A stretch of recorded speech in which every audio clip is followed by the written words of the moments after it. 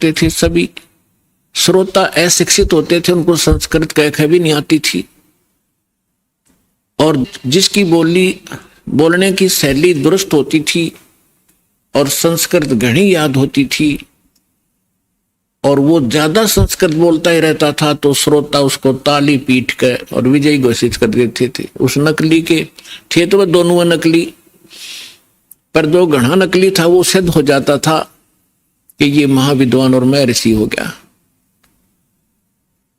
तो इस डर से रामानंद जी चिंतित थे कि श्रोता अशिक्षित है, ये कोई सिद्धि दिखा देगा और सब इसको विजयी घोषित कर देंगे।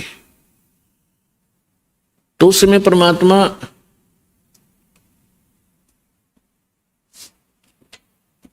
कबीर जी जब अपने गुरुदेव के आश्रम में पहुंचे,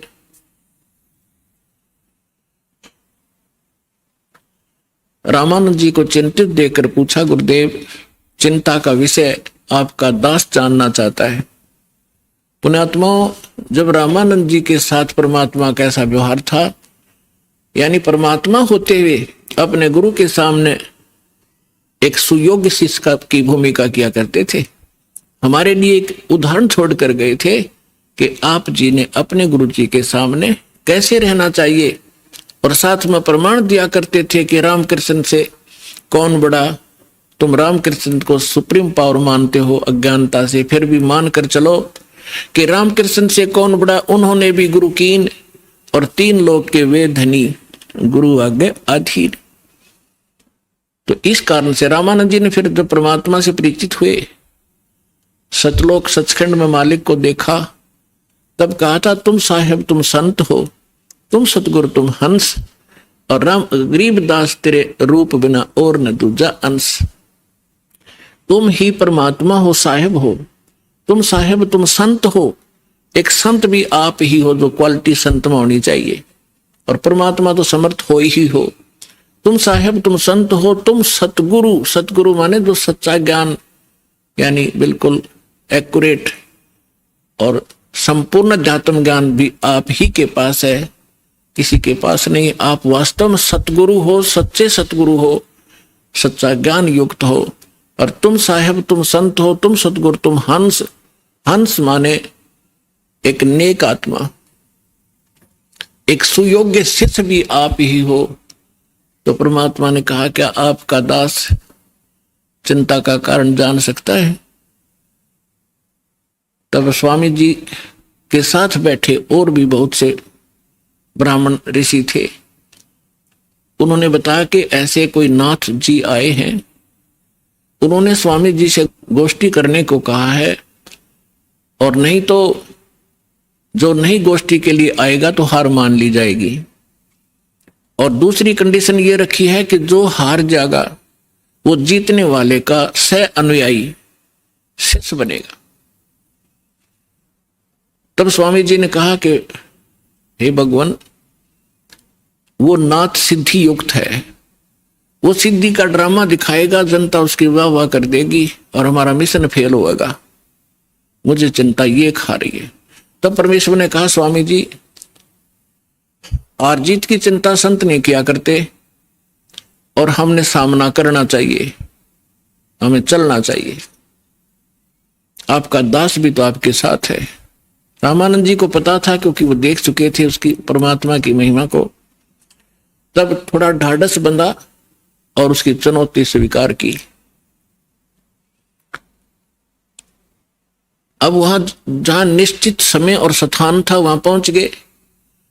नाथ जी को आसन दे रखा अलग से, ऊंचा तख्त पर, जमीन पर अलग से आसन बिछा रखा। अच्छा, उधर से रामानंद जी का एक तख्त सा लगाकर वहां आसन लगा दिया।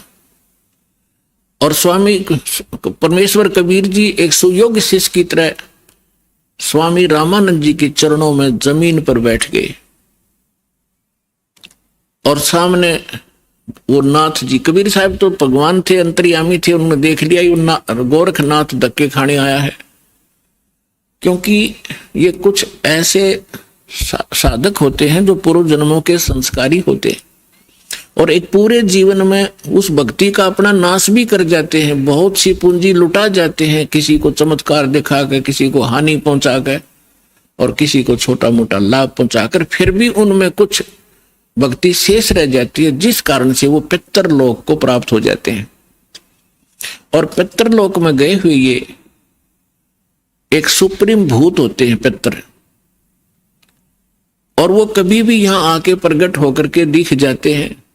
स्वर्ग के देवता भी यहां आ सकते हैं और वापस जा सकते हैं, लेकिन जन्म मृत्यु उनका कभी समाप्त नहीं हो सकता।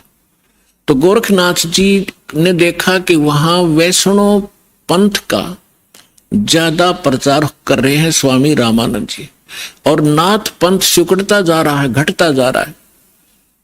अब ये राग द्वेष ऊपर तक घर कर गया, वहां तक इनको, यहां से जाने के बाद भी ये दुखी रहते हैं अपने मैं मेरी के कारण।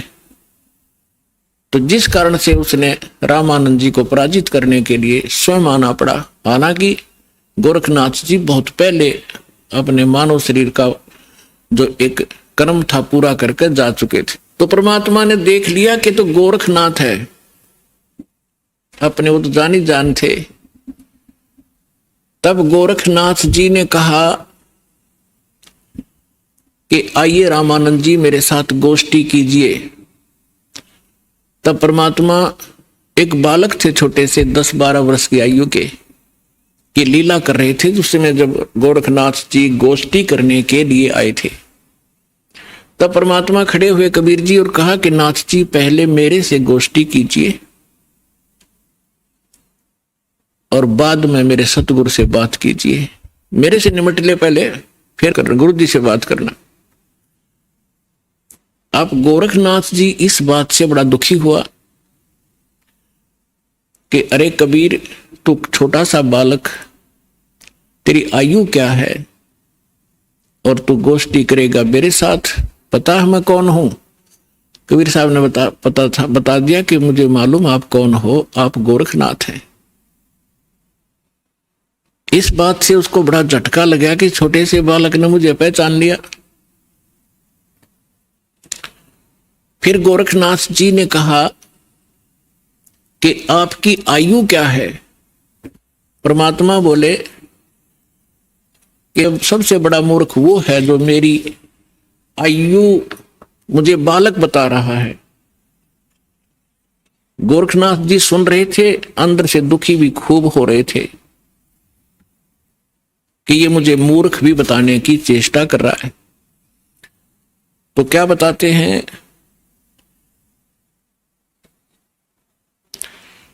अब परमात्मा की महिमा वाणी में लिखा है, वो थोड़ा पढ़ के सुनाता हूं आपको।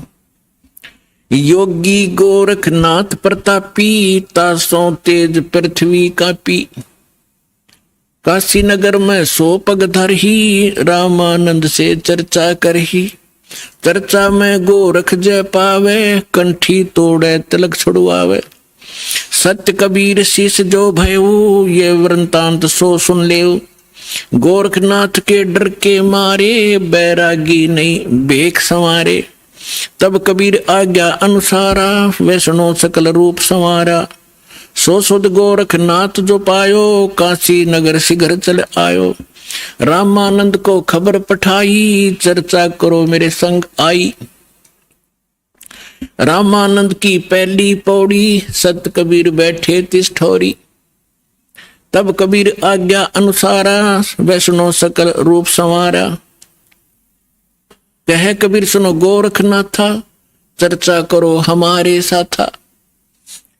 प्रथम चर्चा करो संग मेरे, पीछे मेरे गुरु को टेरे।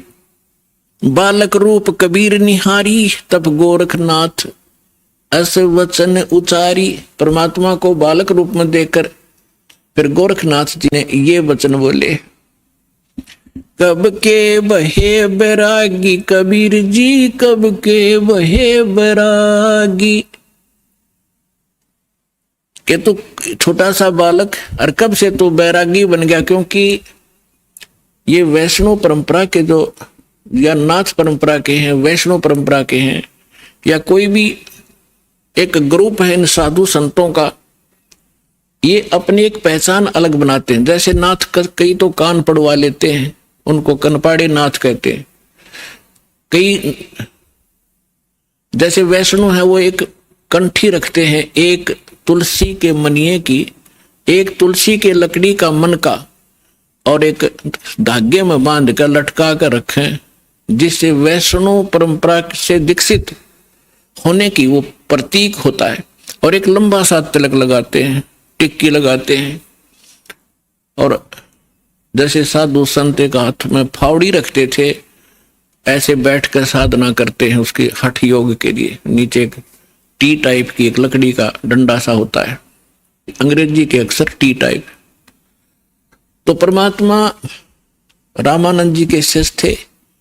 उस दिन जानबूझकर एक साधु संत का रूप बनाकर, जैसे वैष्णव संत साधु भक्त होते हैं, कंठी गले में तिलक पूरा लगा रखा और टोपी पहन रखी और कंठी माला सुमरनी और वो सारा कुछ ले रखे, फावड़ी सी। अब परमात्मा बोले मेरी उम्र बताऊं क्या है। राम, ये नाथ जो होते हैं भगवान शंकर के पुजारी होते हैं।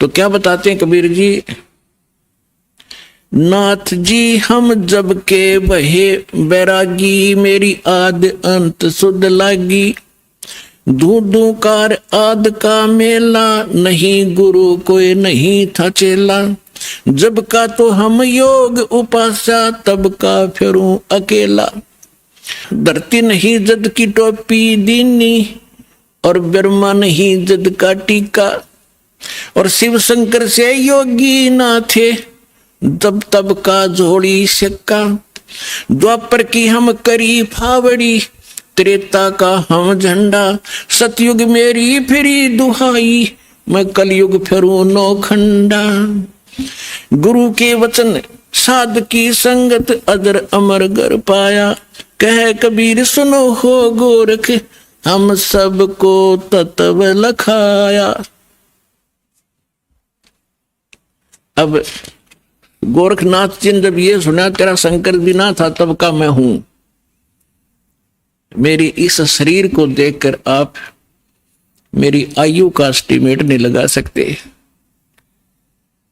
तो परमात्मा क्या बताते हैं, जो बूझे सो बावरा, भाई क्या है उम्र हमारी, असंख्य युग पर ले गए हम तब के ब्रह्मचारी, कोटि निरंजन हो गए ये परलोक सिधारी, हम तो सदा महबूब हैं स्वयं ब्रह्मचारी, अरबों तो ब्रह्मा गए तेरे 49 करोड़ कन्हैया, और 7 कोट तेरे शंभू मर गए, मेरी एक नहीं पलैया। हाय हाय। अब क्या बता रहे हैं परमात्मा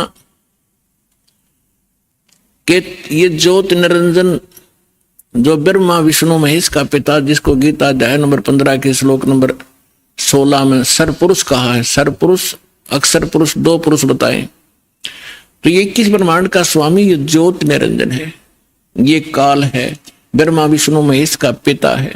तो परमात्मा कहते हैं करोड़ों तो ये निरंजन मर गए, इसके भी करोड़ों जन्म हो लिए, और फिर कहते हैं अरबों तो ब्रह्मा गए, और 49 करोड़ कन्हैया, और 7 करोड़ तेरे शिव शंकर मर गए, मेरी एक नहीं पलैया। अपने आत्माओं इस एक एक शब्द परमात्मा का बहुत गूढ़ रहस्य रखता है। जैसे ब्रह्मा जी की 100 वर्ष की आयु है, उसकी आयु कैसे बनती है, 100 वर्ष कैसे बनते हैं, जैसे सतयुग त्रेता द्वापर कलयुग 4 युग का एक चतुर्युग होता है, इसमें 43,20,000 कुल वर्ष होते हैं अपने मनुष्यों के वर्ष, और ऐसे ऐसे 1000 चतुर्युग का ब्रह्मा जी का दिन, इतनी ही रात्रि, फिर 30 दिन रात का 1 महीना और 12 महीने का वर्ष, ऐसे बने हुए, और फिर 100 वर्ष की आयु ब्रह्मा जी की। ब्रह्मा जी की से 7 गुना विष्णु जी की आयु अधिक है, और विष्णु जी से 7 गुना शंकर भगवान की, तो यहां परमात्मा क्या बता रहे हैं, अरबों तो ब्रह्मा गए 49 करोड़ कन्हैया तेरे विष्णु जी, और 7 करोड़ तेरे शंभु मर गए, मेरी एक नहीं पलैया, मेरे जीवन की एक पल भी नहीं घटी। अर्थात परमात्मा अविनाशी हैं और ये बता रहे हैं कि तेरे ब्रह्मा विष्णु महेश भी नाशवान है। इस बात नाथ जी दुखी हो गए कि ये हमारे भगवानों को अजरो अमर है, ये तो इनको नाशवान बता रहे हैं। तो परमात्मा कहते हैं एक ना भूला दो ना भूली, भूली सब संसारी, सबका भूल पट गया। मेरे साथ दो भाई, मैंने सब जग भूला पाया। इसी भूल में ब्रह्मा भूला जिन ये वेद सरसाया, और वेद पढ़ के पंडित भूले मर्म भेद नहीं पाया। इसी भूल में विष्णु भूला जिन वैष्णव पंथ चलाया, और वैष्णव पंथ चलाया। इसी भूल में शिव शंकर भूले जिन भिक्षुक पंथ चलाया, और सिर पर जटा हाथ में खप्पर घर घर अलग जगाया। मेरे साथ दो भाई, मैंने सब जग भूला पाया। इसी भूल में विष्णु भूले जिन वैष्णव पंथ चलाया, और तीर्थ व्रत का बड़ा महात्म बहुविध जीव फंसाया। तो यहां गोरखनाथ जी को परमात्मा बता रहे हैं कि अरबों तो ब्रह्मा गए, ये 49 करोड़ कन्हैया, 7 करोड़ तेरे शंभु मर गए, मेरी एक नहीं पलैया। कोटिन नारद हो गए ये मोहम्मद से चारी, देवताओं की गिनती नहीं क्या सृष्टि बिचारी। नहीं बूढ़ा, कहते ना मैं बूढ़ा ना बालक, और ना कोई भाट भिखारी। ना बूढ़ा ना ही बालक, ना कोई भाट भिखारी। कहे कबीर सुनो हो गोरख, ये सुन ले उम्र हमारी। मैं ना बालक हूं, ना मैं वृद्ध हूं, ना कोई भाट भिखारी हूं, और ये मेरी महिमा तेरे को मैंने बता दी, मैं ये हूं। अब गोरखनाथ जी को बड़ा दुख हुआ, इज्जत का नाश हो गया कि छोटा सा बालक और इतना बड़बड़ बोल रहा है। इनके पास एक हल्दी की गांठ थी, उसके पास सिद्धि की। गोरखनाथ जी ने अपने आसन के साथ में त्रिशूल गाड़ रखा था, एक ऊपर 3 एरो से होते हैं, और नीचे से वो एक पाइप सी, नीचे फिर एक नुकीला सा सिरा होता, उसको जमीन में गाड़ के आसन के साथ रखा हुआ था। 6-7 फुट ऊंचा त्रिशूल। गोरखनाथ जी ने कहा कि यदि तू मेरे साथ वार्ता करना चाहता है कबीर जी, तो आइए मेरे समान आसन में आ जाइए। नाथ जी वहां से उठे जमीन से, ऐसे आसन पदम लगाकर बैठे थे। आसन पदम लगाए लगाए ऊपर उठ गए और त्रिशूल के ऊपर जाकर विराजमान हो गए। हाँ, ये देखिएगा, ये त्रिशूल पर बैठे हैं। फिर परमात्मा ने क्या लीला की कि कबीर जी ने कहा कि गोरखनाथ जी, आपकी और हमारी बात ज्ञान चर्चा की थी, गोष्ठीकरण की थी। ये बाजीगर वाला काम हम नहीं जानते, और ना ये पसंद है, ना ये दातम मार्ग में इसकी कोई वैल्यू है। आप नीचे बैठ के और चर्चा करता कि जनता को पता चले सच्चाई का। तो गोरखनाथ जी कहते हैं तुम्हारे पास कोई है तो आइए मेरे समान बैठकर चर्चा कीजिए, नहीं तो हार स्वीकार कर लीजिए। अब उनके पास तो एक दाव था यो। तो परमात्मा बोले अच्छा ठीक है। कबीर साहब बचपन से ही जुलाहे का काम करने लगे थे, और जेब में एक चरखे के ऊपर ये माताएं काटा करती थी। एक रील बन जाया करती इतनी मोटी कच्चे धागे की, 100-150 फुट लंबा तार होता था उसका। उसी से सूत कपड़ा बनाया करते थे भगवान। वह कुकड़ी बोल रहे, हमारे देसी हरियाणा के अंदर कुकड़ी बोल रहे हैं, उसने कच्चे धागे वाली कुकड़ी। वह कुकड़ी निकाली जेब मत, वह रील धागे की, और एक सिरा पकड़ लिया और उसको ऐसे छटक दिया परमात्मा ने। वो धागा सीधा खड़ा होगा, स्ट्रेट परपेंडिकुलर, 150 फुट उसका अंतिम सिरा आकाश में, 150 फुट पे। परमात्मा वहां से उठे और उस धागे के अंतिम सिरे पर जाकर बैठ के 150 फुट ऊपर। अब गोरखनाथ जी से कहा कि नाथ जी आइए, राजा मेरे बराबर में बैठ कर चर्चा कराएंगे, यहां आ जाइए। अपने आत्माओं ऐसी बात नहीं थी कि गोरखनाथ जी आकाश में और ऊपर नहीं जा सकते थे, वो तो और ऊपर भी जाते थे, स्वर्ग में भी, उस पितरलोक में भी चले जाते थे। लेकिन समर्थ के सामने सिद्धियां समाप्त हो जाती हैं। जैसे ये घड़ी बना रखी है, अब इसकी सिद्धि बना दी कारीगर ने, इंजीनियर ने, कि ये अपने आप चल घूम रही है, और इसके सामने चुंबक खड़ा कर दो 1 फुट दूर, ये जाम हो जाएगी, आगे नहीं सरकेगी, वहीं खड़ी हो जाएगी। तो वो समर्थ आ बैठे, उसी से प्राप्त करके छोटी मोटी खिलौने खेल रहे होते हैं और प्रभु पाक जाते हैं। उस परमात्मा ने उसकी सारी सिद्धि कैंसिल कर दी। उठना चाहा था ऊपर को, और जमीन पर ऐसे गड़ा धर्म देसी, सारा शरीर बोलिया, जान गया गोरखनाथ कि आज तेरी सिद्धि नहीं काम करेगी। अब गोरखनाथ ऐसे बैठा जैसे पैरालाइसिस हो जाता है इंसान को, टस मस नहीं हो पा रहा। तब गोरखनाथ जी ने कहा कि आ जाओ कबीर जी, नीचे आ जाओ, अब मैं समझ गया आपको, अब चर्चा करेंगे। तब परमात्मा ने उनको ज्ञान समझाया कि ये बालका के ड्रामे मोक्ष मार्ग नहीं है। कहते जंतर मंत्र जोग निभाई, काल चक्र जम जोरा खाई, तुम हो जम की फर्दी माही। कहते हैं गोरखनाथ सिद्धि में फूल्या, गोरखनाथ सिद्धि में भूल्या, और टूणे टामण हांड फूल्या, जंतर मंत्र जोग निभाई, और काल चक्र जम जोरा खाई, तुम हो जम की फर्दी माही। फर्द होती है ना, जैसे कोई रजिस्ट्री करा ले कोई जमीन की, तो अब फर्द में आ गया तो सोच रहे पक्का हो गया उसका वो जमीन का टुकड़ा।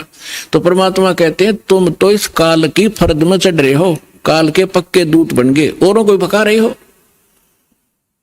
अब समर्थ सामने बैठा, गोरखनाथ जी को अपनी सिद्धि पे इतना अभिमान था, कोई उसके सामने टिकने वाला नहीं था। एक बार अपने गुरुदेव के कहने से कोई चिंता थी उनको, लंबी कहानी है, हट फिर से बताएंगे। एक पहाड़ को सोना बना दिया था सिद्धि से, पहाड़ को सोना, और अपने गुरुदेव के टुकड़े हुए शरीर को जीवित कर दिया था। ऐसी सिद्धि थी। और उस समय परमात्मा के सामने वो सारी सिद्धि फेल होगी। जैसे कल आपको सुनाया था, परासिद्धि पूर्ण पटरानी सतलोक की कहूं निशानी। वो परमात्मा समर्थ है, सब सिद्धियों का से युक्त है, सिद्धियां उसकी दासी है, और उसी की भक्ति करके हम छोटी मोटी राहत प्राप्त करके यहाँ ऋषि और महर्षि और देवता बन जाते हैं। तब गोरखनाथ जी ने काफी कुछ समझा, लेकिन यो मन जल्दी से हार नहीं मानता। अब देखिए, ये चित्र देखिएगा, परमात्मा गोरखनाथ जी त्रिशूल पर बैठे हैं, और परमात्मा ने फिर धागा फेंका ऊपर, उसके ऊपर के सिरे पर बैठ के जाके। अब ये चित्र में बहुत कम दिखाई दे रहा है, लेकिन ये बहुत बड़े, ये बनाया नहीं जा सका इतना ऊंचा, तो कबीर साहब बहुत ऊपर थे। तो गोरखनाथ जी ने कहा कि भगवान मैं एक जांच और करूंगा आपकी। परमात्मा बोले भाई वह भी कर ले, कि चलो दरिया गंगा के किनारे चलते हैं, और मैं दरिया में डुबकी लगाऊंगा। यदि आप मुझे खोज लोगे दरिया में, तो मैं आपका शिष्य बन जाऊंगा। परमात्मा बोले चल भाई। दरिया गंगा के किनारे बैठ के जाके गोरखनाथ जी ने गंगा में छलांग लगा दी, और मछली बन गई। वहां सैकड़ों हजारों मछलियां और थी। परमात्मा ने अंदर गए और पकड़ कर वाए मछली, जिसे गोरखनाथ पकड़ के टीटीवी बाहर बैठा दिया, गोरखनाथ बना के चरणों में गिर गया, पैर पकड़ लिए गोरखनाथ जी ने कि सचमुच आप समर्थ हैं।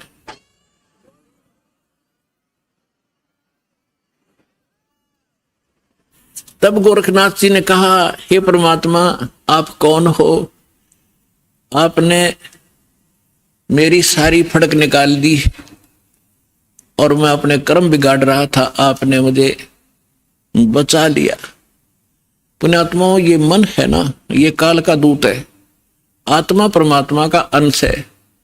जब परमात्मा वहां खड़े थे, मन भाग गया, आत्मा रोए थी गोरखनाथ की। तो परमात्मा के जो सभी बच्चे हैं, ब्रह्मा विष्णु महेश भी उसी के बालक हैं। राम कृष्ण सतगुरु सहजादे, भक्ति है तीनों हुए प्यादे। अब वो भी भक्ति के लिए यहाँ आए थे बेचारे, या गलत साधना करके देवता बन गए, वहां प्रभु पा के गए। अब सुने नहीं किसी की।